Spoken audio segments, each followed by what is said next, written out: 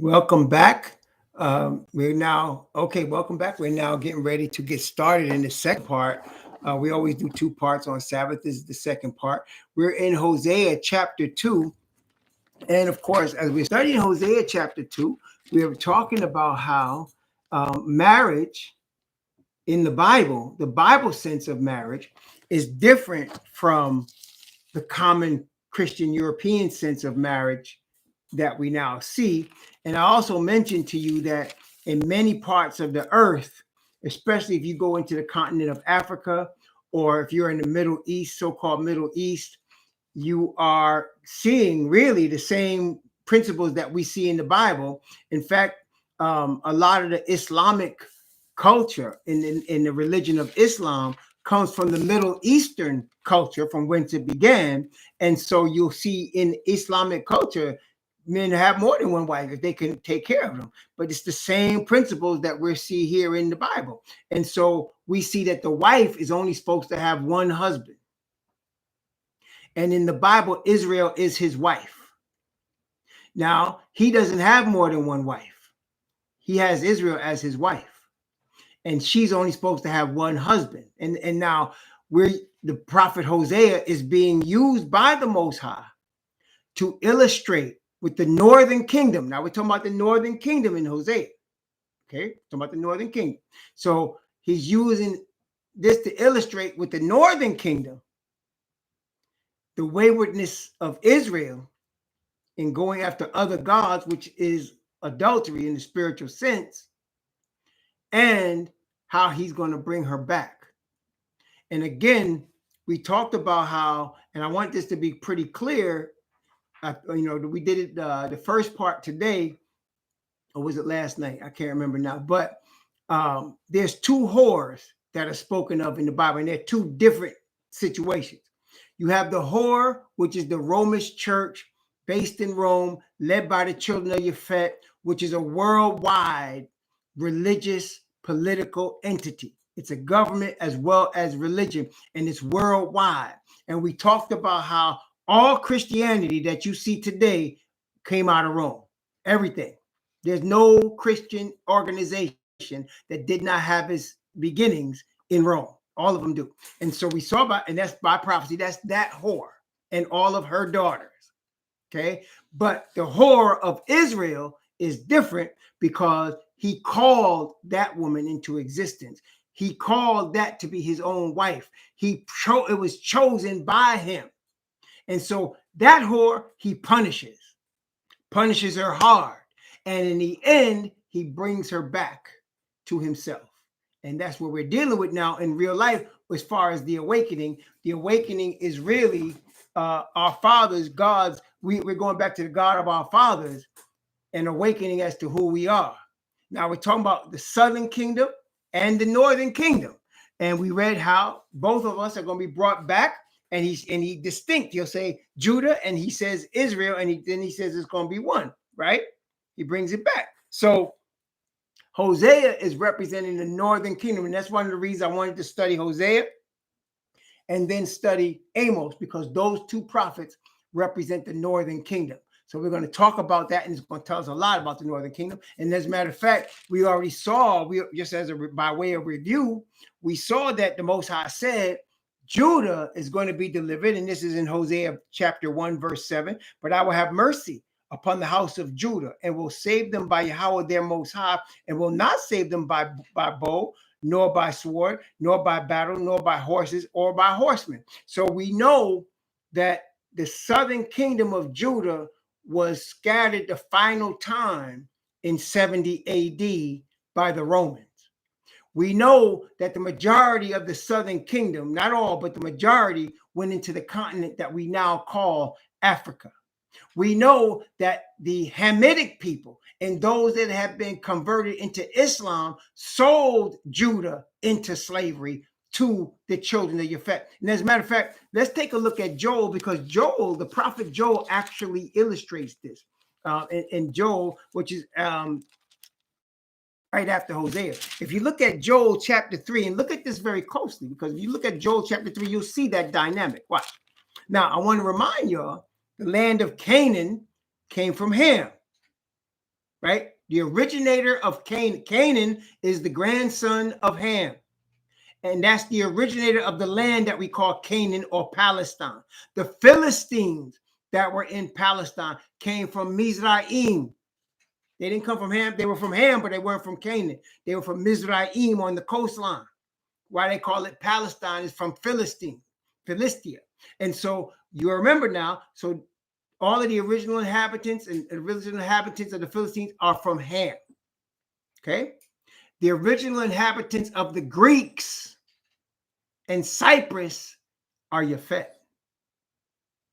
Okay, keep that in mind. So now we're looking at Joel chapter 3. Joel chapter 3.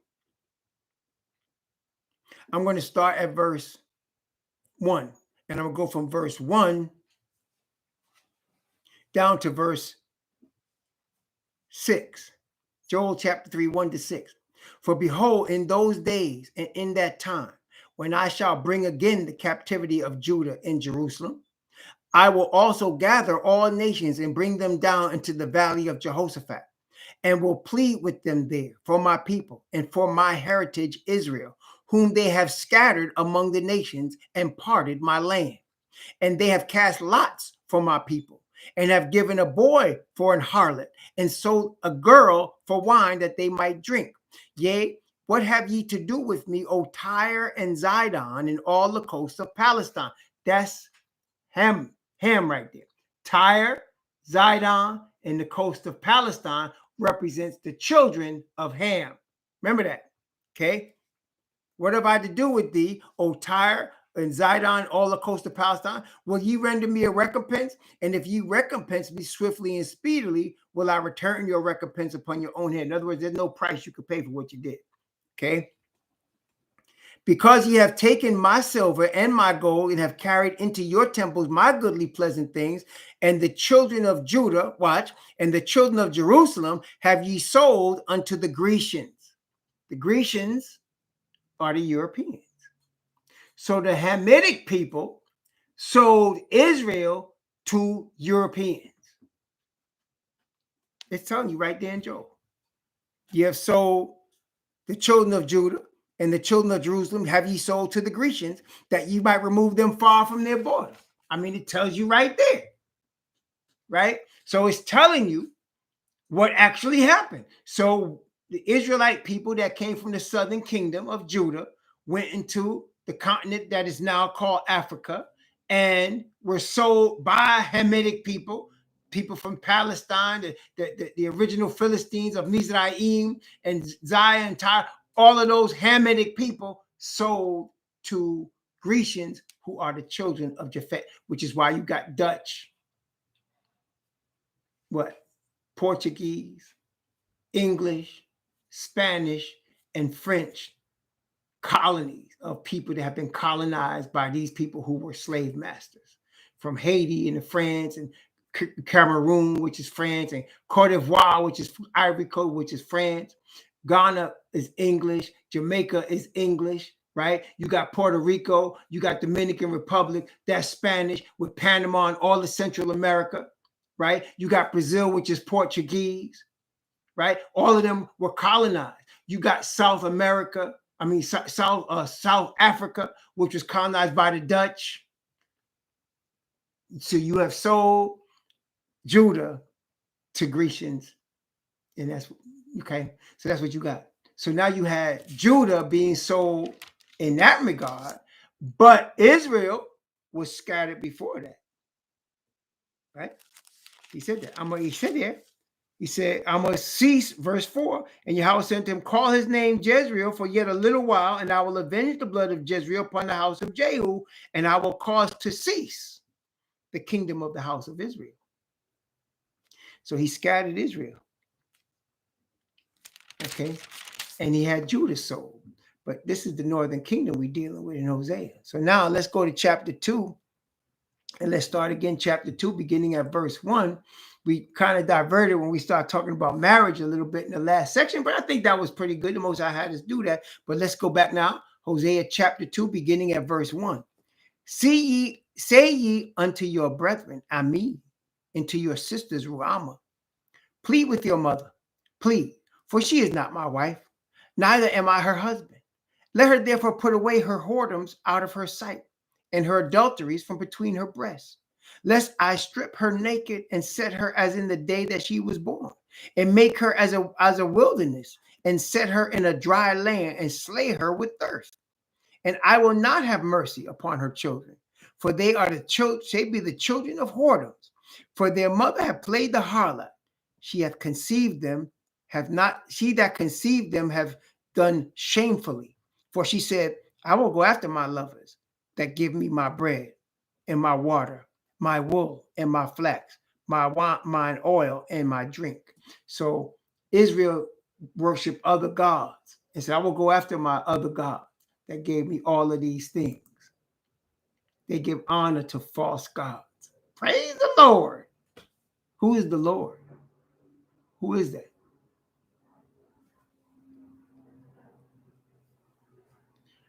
What's his real name? Oh, I'm worshiping God. Okay, what God? Is it the God of money? Is it the God of the Catholic Church? Which one? Is it Vishnu? What God? Well, they're all the same. Well, I guess we're all the same for everybody but Israel. All the gods of the nations are idols. Yahweh made the heavens. He has one chosen wife. Israel is his wife. That's his bride. The body, the people like to talk about the body of Christ. The body of Christ is Israel. That's his wife. Hosea is showing us that. The body of Christ is Israel. If Gentiles are in the body of Christ, it's because they've been grafted in to Israel. That's his wife. He's telling us right here in Hosea. Okay, that's his bride. Let's continue. Hosea chapter 2, verse 6. Therefore, behold, I will hedge up thy way with thorns and make a wall, that she shall not find her path. And she shall follow after her lovers, but she shall not overtake them. She shall seek them, but shall not find them. Then shall she say, I will go and return to my first husband, for then it was better with me than now. For she did not know that I gave her corn and wine and oil, and multiplied her silver and gold, which they prepared for Baal. So in other words, Israelites, the northern kingdom, had got blessed, and they prepared images for Baal. And if you travel a little bit, or even if you just look on YouTube, you'll see the images they made. Every place they were scattered, they made certain images. You will see them if you're paying attention. Okay, I'm going to leave it there for now. For she did not know that I gave her corn and wine and oil and multiplied her silver and gold, which they prepared for Baal. Therefore will I return and take away my corn in the time thereof, and my wine in the season thereof, and will recover my wool and my flax given to cover her nakedness. And now will I discover her lewdness in the sight of her lovers. None shall deliver her out of my hand. So her lovers, the other gods, and the people of those other gods are going to discover her. They're going to embarrass her, the people of those other gods. Verse 11. And I will also cause all her mirth to cease, her feast days, her new moons, and her Sabbaths, and all her solemn feasts. And I will destroy her vines and her fig trees, whereof she has said, these are my rewards that my lovers get given to me. And I will make them a forest, and the beasts of the field shall eat them. And I will visit upon her the days of Baalim, wherein she burned incense to them, and she decked herself with her earrings and her jewels, and she went after her lovers and forgot me, saith Yahweh. Therefore, watch this, verse 14. I will allure her and bring her into the wilderness and speak comfortably unto her. So, with the northern kingdom, he stripped them and brought them into the wilderness. The wilderness is desolate areas. He brought the northern kingdom into desolate areas where they were there out there by themselves, and they were all good until the enemies came. and exposed them and destroyed them. What people were brought into wilderness areas and then later discovered? Discovered should be a key word for y'all. They were brought into wilderness areas. Now, we know the southern kingdom was in West Africa. We know they were there. But the northern kingdom was brought into wilderness areas and discovered. Come on now. Who are those people that were brought into wilderness areas and discovered? They were scattered all over the earth. They were living their life until they were discovered. And they had made images in different places. You'll find them. You know, when I met my wife, I had no intention. It wasn't even in my conscious mind. Like, it's just not something I thought about, marrying a Puerto Rican. I didn't know much about Puerto Ricans. I knew that they existed, and I can tell they were being treated, at least in New York, where I'm from, they were being treated the same as Black people in terms of the majority of the Caucasians, the way they were treating them. And so I kind of knew there was a kindred, but I didn't know, how it was until I met my wife, and I started looking at it on my own, and I discovered the island of Puerto Rico was called Boricua, and it was inhabited by Taíno Indians. The Spaniards came there, and between disease and overwork, slaughtered the Indians. And they were slaughtering them to such a degree that they went and got people from the west coast of Africa to supplement the work that they were making sugar cane. And then, of course, the Taínos and the so-called Africans, along with the Spaniards, mixed together and make what you have today, Puerto Ricans. We went to Bermuda. And if you go to Bermuda, they'll tell you how it was founded. The Spaniards came, and they killed the Indians that were already there in Bermuda. They killed them. And they brought people from West Africa to supplement the work in Bermuda. The same thing. The Spaniards came to a place that they used to call Hispaniola. The French had already subjugated the West Africans they brought to one part of the island. The Indians were on the other part of the island. The Spaniards came and killed the Indians and then brought people from the west coast of Africa to supplement the work. Indians were already in all of those islands. They were already, and you'll see, you go to some places, what you'll see. You go to Mexico and you see pyramids. Pyramids. You'll see statues of people that look like Black people. And you'll see pyramids. And those are Indians. And you will see that from Mexico all the way through Central America, all the way into South America. When we went to Mexico a month ago, those people, I could not think of them as Latin or Spanish. I told my wife, when I see them, I saw Indians. That's all you saw was Indians. They had brown skin. They had the features that you would see like on the Indian head. They had dark hair. They were Indians.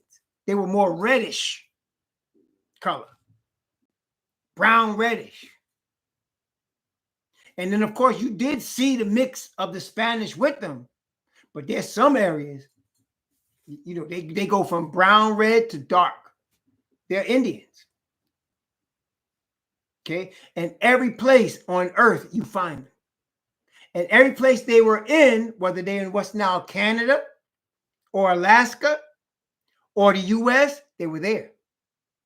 And then the Europeans came, and between the disease that they brought with them and then the slaughtering of to take the land, they were wiping them out. And they mixed with them. And every time the formula is the same. They came, they slaughtered them either between disease or overwork. They subjugated them. And then when they were killing them off, they mixed them with the West Africans. And they mixed with them themselves. So you had the European mix with the Indian mix and the Hebrew African, West African mix. All over the place. It's like that. All the way to the Philippines. All the way to the Philippines. It's like that. Okay? They got places in the Philippines, the Europeans named Negros. They named the whole islands Negros. Why do you think they did that? They was already there when they discovered them. Matter of fact, the United States made war that the United States started with the Philippines, and they sent black soldiers over there, and a lot of them deserted. Because you know why? They saw their own brothers, and they stayed there. A lot of them deserted. See, it's all over the earth. Hosea is going to give us more evidence, and so is Amos. The people we call Indians are the 10 tribes. Those are northern tribes. Hosea is going to give us more evidence, and so is Amos. They're the 10 tribes. Talking about worshiping the Great Spirit and all that. That's the wayward woman. That's the adulterous one. Okay. There you go. You're going to see more evidence. So he's telling her, I'm bringing you into the wilderness. How many different peoples were scattered into wilderness like that? Come on now. Just like we know only one people on the planet Earth in history were subject to chattel slavery from slave ships. Only one people. I know some Irish try to say, well, we were enslaved. You were not. There was no slave like chattel slavery with the so-called Negro. Nobody. Well, there's nobody that's been scattered into more wildernesses of more areas in the earth's surface than Indians. Nobody. Every place a European go on this earth, he had to take that from some Indians. Okay, that's the truth.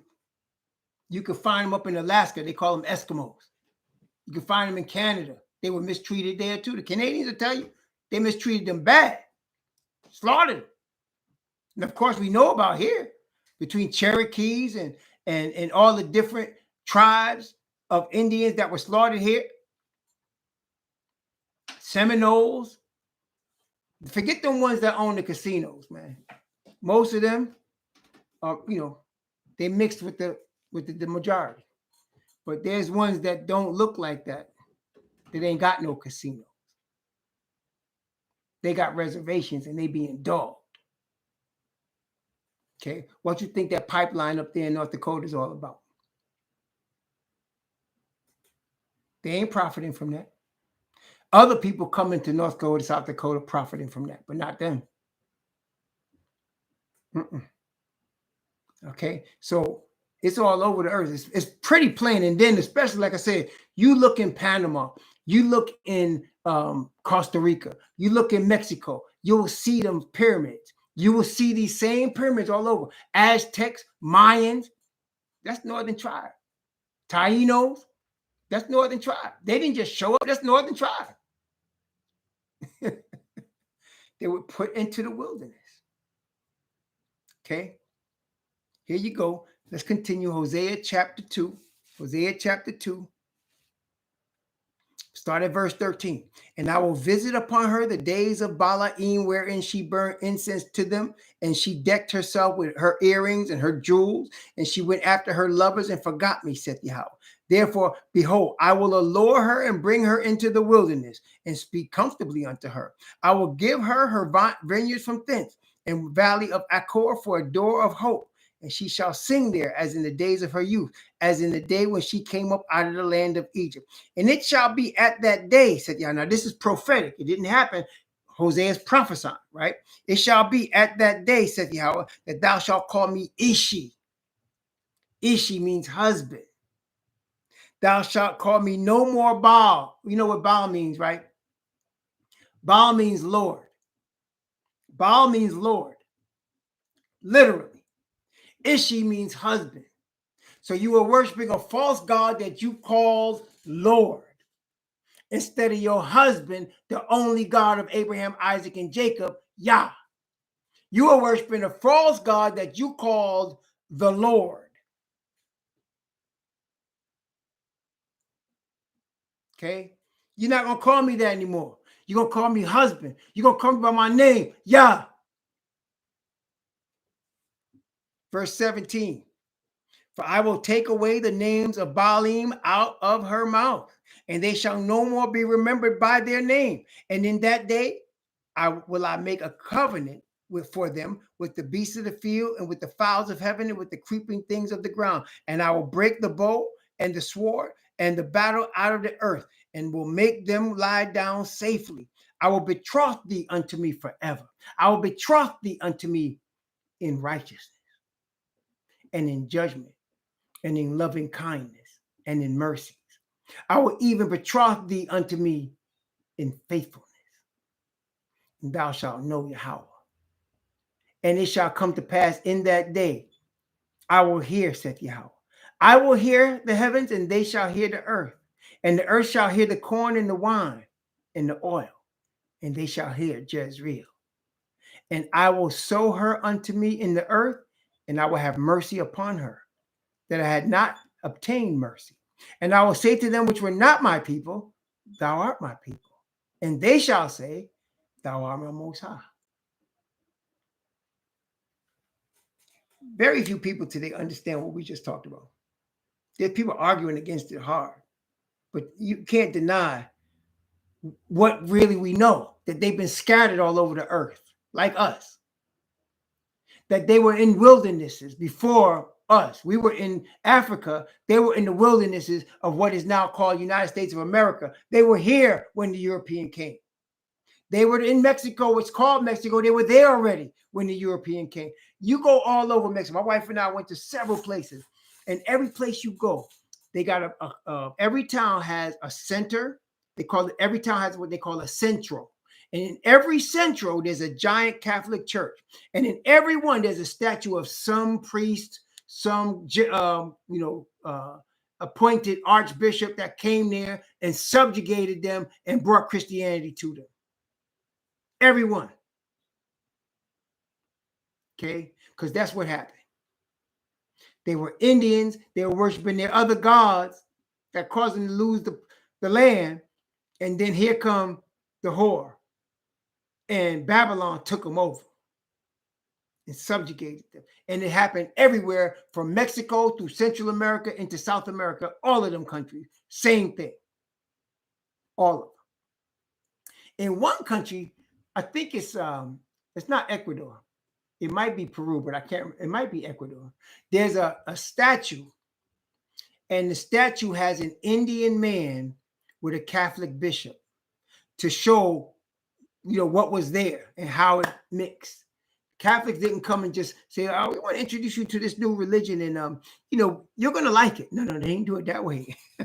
They said you're gonna stop being heathen, and you're gonna be a Catholic. You're gonna be a Christian. We're going to subjugate you heathen savages, even though they were peaceful, even though they had their own communities. We're going to subjugate you heathen savages, and you're going to be Christian. And he did it through all them places. And then, of course, we know about the USA and how it came here, and General Custer and all of them spreading out and taking over land where Indians was already here. They were already in wilderness. They were already living peacefully and in prosperity until our friends who now rule the earth came by prophecy and subjugated and killed them by prophecy. Okay, so now in chapter 2 was the prophecy about recovering them. Now you're going to see an illustration of that recovery in chapter 3. Okay. Chapter 3, Hosea chapter 3. And chapter 3 is only 5 verses long. But notice it's very deep though. Hosea chapter 3. Then said Yahweh unto me, go yet love a woman, beloved of her friend, yet an adulteress according to the love of Yahweh toward the children of Israel, who look to other gods and love flagons of wine. So I bought her to me for 15 pieces of silver, and for an omer of barley, and for half an omer of barley. So he told Hosea, go to the stocks and buy your whorish wife.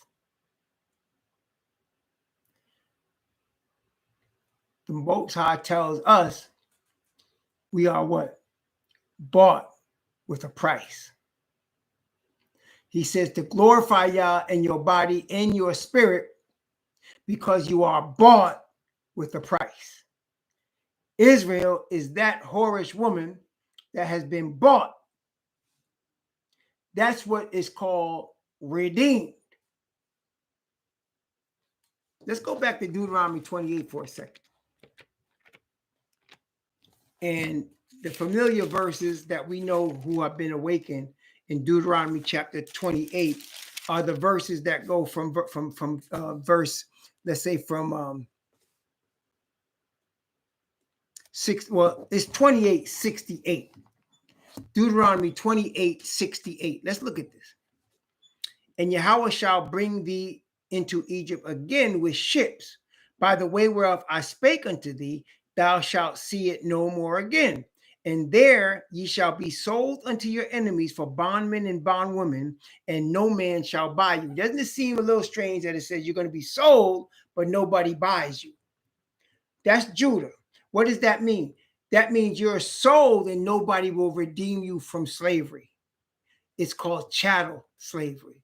You're sold and nobody's going to redeem you. You're not going to get your freedom. Okay? And even to this day, even though through the Civil War, the Most High made them take the chains off of a lot of us, but not all of us, take the chains off our necks, we're still in the same slavery. I heard somebody say it like this. If you're in prison and one of you's declared to be a supervisor in prison, like in the Shawshank Redemption, if you saw this with Andy, the guy that played Andy in the Shawshank Redemption, and Andy became the personal accountant of the warden, right? So he had the privilege of being in the warden's office, but he was still in jail, right? So some of us get paid money, some of us make it better than others, but we're still subjugated. No matter what your title is, no matter how much money you have, it could be taken from you, from the people that rule this planet. I don't care how much you have. It could be taken from you. Okay? Andy was still in jail with everybody else. He still spent his night in the cell. Oh, in the daytime, he was in the warden's office, but he was still in jail. Well, it don't matter if you're an actor or actress or athlete and you're making money and you're doing all of these things. Dave Chappelle, we're still all in jail. We're still subjugated. The sons of Yafet still rule this planet. The dollar bills have pictures of them on it. Okay? So it's still theirs. And they can take it from you anytime they want because it's theirs. Anytime they want. And it's that way by the Most High. Because again, he wants our deliverance to be strictly from him. So we must be caged in. Okay? Our deliverance is strictly from him. Unlike the Shawshank Redemption, where Andy dug his own way out, we won't be digging our own way out of this prison. Yah's going to destroy the walls and break us out like he did Jericho. He's going to destroy it. Period. Okay? So we're still in prison. I don't care if you Dave Chappelle, if you Carmelo Anthony, if you LeBron James, if you worth 100 million, a billion, that don't matter. As long as you are Hebrew, you're still in jail. And they can take it away from you anytime they want to. And they can put you to death anytime they want to. Your only salvation, your only way of escape is from the Creator Yah. And he has it that way. And he has bought us with Messiah. He has bought us with Messiah. That's what this is. We belong to this world of Asatan because our fathers gave it to Asatan. Adam gave it to him. And so Father Yah sent Messiah to buy us back from Asatan. Okay? Buy us back from Asatan. And yes, you've seen examples. Bill Cosby, one of the richest black men to ever be an entertainer. He's just getting out of jail because he probably made the right deal with the right people, right? But you saw they can reduce you to nothing anytime they want to, put you right in jail anytime they want to. They can reduce you to nothing. Even one of their own, Epstein, he must have messed with the wrong people. He started talking too much and they put him in jail. And oh, look what happened. He's in maximum security and he's dead. And they said he committed suicide. No. There's rulers of the darkness of this world. And the only way we're going to overcome them is by the creator of the world, Yahweh. That's the only way. There's no other way. Yah gave it to them like that because he allowed Adam to do it. And he sent Messiah to redeem first his people. He's going to be redeeming Israel. And then through Israel, whoever wants to be on board, whoever wants to get on board. Okay, whoever wants to get on board. He watches the whole, he sees, the Bible says, he in Psalms, I was just reading the Psalms this morning. He looks down and he sees the inhabitants of the earth. In Psalm 33, I'm going to start at verse 10. From verse 10 down to verse 18. Yahweh bringeth the counsel of the heathen to naught. He maketh the devices of the people of none effect. The counsel of Yahweh standeth forever. The thoughts of his heart to all generations. Blessed is the nation whose most high is Yahweh, and the people whom he hath chosen for his inheritance. Now we know who that is, right? Yahweh looketh from heaven. He beholdeth all the sons of men. From the place of his habitation, he looketh upon all the inhabitants of the earth. He fashioneth their hearts alike. He considers all their works. There is no king saved by the multitude of a host. A mighty man is not delivered by much strength. And a horse is a vain thing for safety. Neither shall he deliver any by his great strength. Behold, the eye of Yahweh is upon them that fear him, and them that hope in his mercy. Yes, he sees it all the inhabitants of the earth. He knows every heart, even the heathen. And he has already determined that he's going to destroy this place. He has already sent Messiah to buy us back. First his chosen. That's his inheritance. Blessed is that people who are his inheritance. That's Israel and Judah. He's already sent Messiah to buy us back. Now it's only a matter of time. It's only a matter of the sealing of the 144,000. Only a matter of time. Okay. And then it's going to be on. And Satan's already got his side prepared. Most High is getting his side prepared. Okay. And it's not that much longer. We got to wait. Back to Hosea chapter 3. So he bought his woman back for 15 pieces of silver, an omer of barley, an omer and a half of barley. He bought her back. Verse 3, Hosea chapter 3, verse 3. And I said unto her, thou shalt abide for me many days. Thou shalt not play the harlot. Thou shalt not be for another man. So will I also be for thee. So he said she wanted her money. She wanted to be taken care of. Okay, I bought you. Now you mine. You owe me. You owe me because I bought you for many days. What he paid for her, that was for a long time. Messiah bought us. We owe him. He bought Israel and Judah. We owe him. He bought us to be his and him to be ours. Right? He bought us. Verse 4. For the children of Israel shall abide many days without a king and without a prince and without a sacrifice and without an image and without an ephod and without a teraphim.